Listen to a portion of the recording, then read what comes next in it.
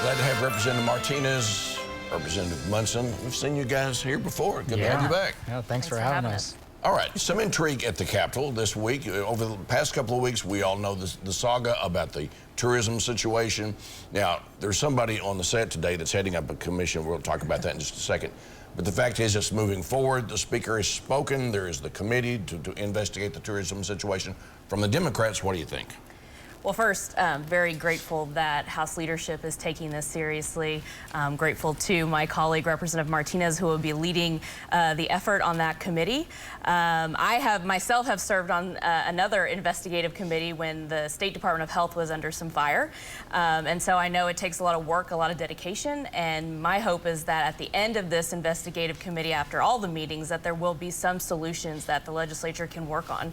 I think some of the first two we can work on is one, recently the governor vetoed a bill that would require his cabinet secretaries to fill out a financial disclosure form and then reinstate that commission that would oversee the works of the Department of Tourism. Is that going to be overridden?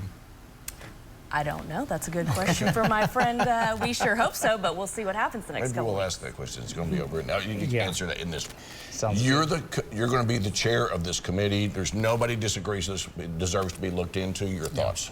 Yeah, so I'm excited and honored to be the chair of the committee, but there's a lot of work ahead of us. I think that this just underscores the importance of protecting the taxpayer and every single cent that is spent at the Capitol.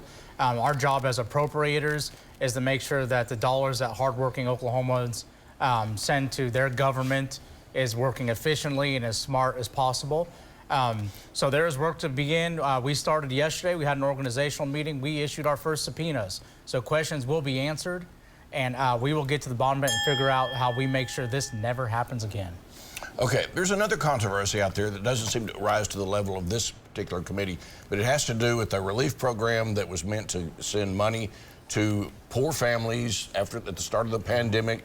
The story comes out just about the time that a real contested primary happens, makes your eyebrows raise. But the fact is, it is a story. Your thoughts about this class wallet situation?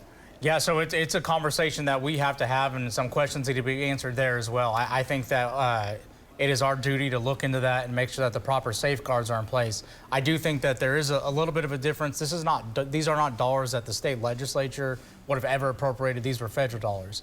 Nonetheless, this is still taxpayer money, and those dollars need to be watched and accounted for at all times. There is one thing that concerns me. I think there has been some attempts to make this an indictment on the idea of school choice. I think that there should be a separation of that. I think that there shouldn't be an indictment on that idea, but we should track down those dollars and make sure those are spent properly. Okay, so I've heard the same sort of whispers about, hey, there's a hidden agenda here, the timing of the story suspect. But the fact is that people do want to know what's happened with the money. Oh, absolutely. And I think this shows the state of Oklahoma precisely why House Democrats have adamantly been against putting public dollars into private programs like school vouchers. In those stories, the governor says send as much money as you can to those families without any restrictions, very little oversight. And so I think this gives us a good picture of how the governor and perhaps Secretary Walters would like to see a voucher program be implemented, but it can't happen this way. It's not good for the taxpayers or the state of Oklahoma. Okay, so much stories about controversies and all kinds of things happening around, but where are we on the bigger portion of the legislative session? We'll get our GPS out when you come back next half hour.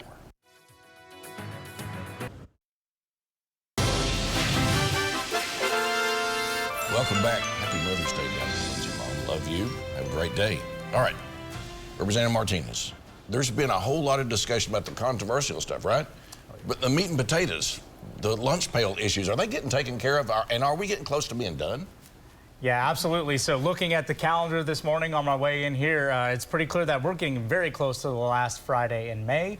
I'm happy to say we will deliver a balanced budget and do the work that is constitutionally required of us here in Oklahoma. I think we'll roll out a budget that Oklahomans will be proud of. We'll be responsible, we'll be saving money, we'll be offering inflation relief to the families that are struggling to purchase the same goods at higher prices right now due to the Biden economy. Very excited for that. And the work is getting done. You may not read about it in the paper every day, but the work is getting done. The Biden economy. Did you like that one? Okay, so we're in your campaign season. Your thoughts about getting things done, the stuff that has to be taken care of. Right. So we only have 3 weeks left until sine die, which means we will be done with session. We, as House Democrats, of course, look forward to the Republicans' budget to see what it is that they are choosing to invest our tax dollars in. We certainly have our priorities and the things that we'd like to see to ensure that those areas of government are funded, especially education and health care. And no matter what, we know that we are in a good financial position in Oklahoma and certainly proud of that. And so we need to ensure that we're getting those tax dollars to those programs and services that are most important to Oklahomans. You know, I was looking at the calendar. In June, there's this thing called the primary election. And I'm wondering if you think that some of the things that have been happening in the session and as we move towards the close, that election looms larger than the legislative aspect of your job in terms of several of your members. Yeah. You know, we always sort of joke that the second session of the legislature, when it's closer to election day, is always a little bit more chaotic. But honestly, the last 2 sessions in this legislature have been pretty frustrating. We've spent a lot of time spending our time on issues that I believe really divide us as Democrats and Republicans and as Oklahomans, and keep us distracted from talking about the things and working on the things that are most important to Oklahomans, like education and health care. And so what I hope is that the voters have paid attention to those who are doing the work. I know that I will be, and many of my colleagues and Democratic candidates will be on the doorstep throughout the fall, talking about the issues most important to Oklahomans. Your thoughts about impact of elections on the prism of the legislative work? Absolutely. I think elections always play a role, especially in the Oklahoma House of Representatives, as we're on the ballot every 2 years. I think that is by design. We are the body that's closest to the people of Oklahoma, so it definitely plays a role in our decision making. I'm excited to say and excited to share the message of our party and the work that we've done and accomplished. 82 Republicans, a huge supermajority. I think you're going to see that number grow. I'm very confident in that. I think Oklahomans like how we've been governing, the issues we've been working on, and I think you'll see the fruit, those awards after the end of the election. Outstanding.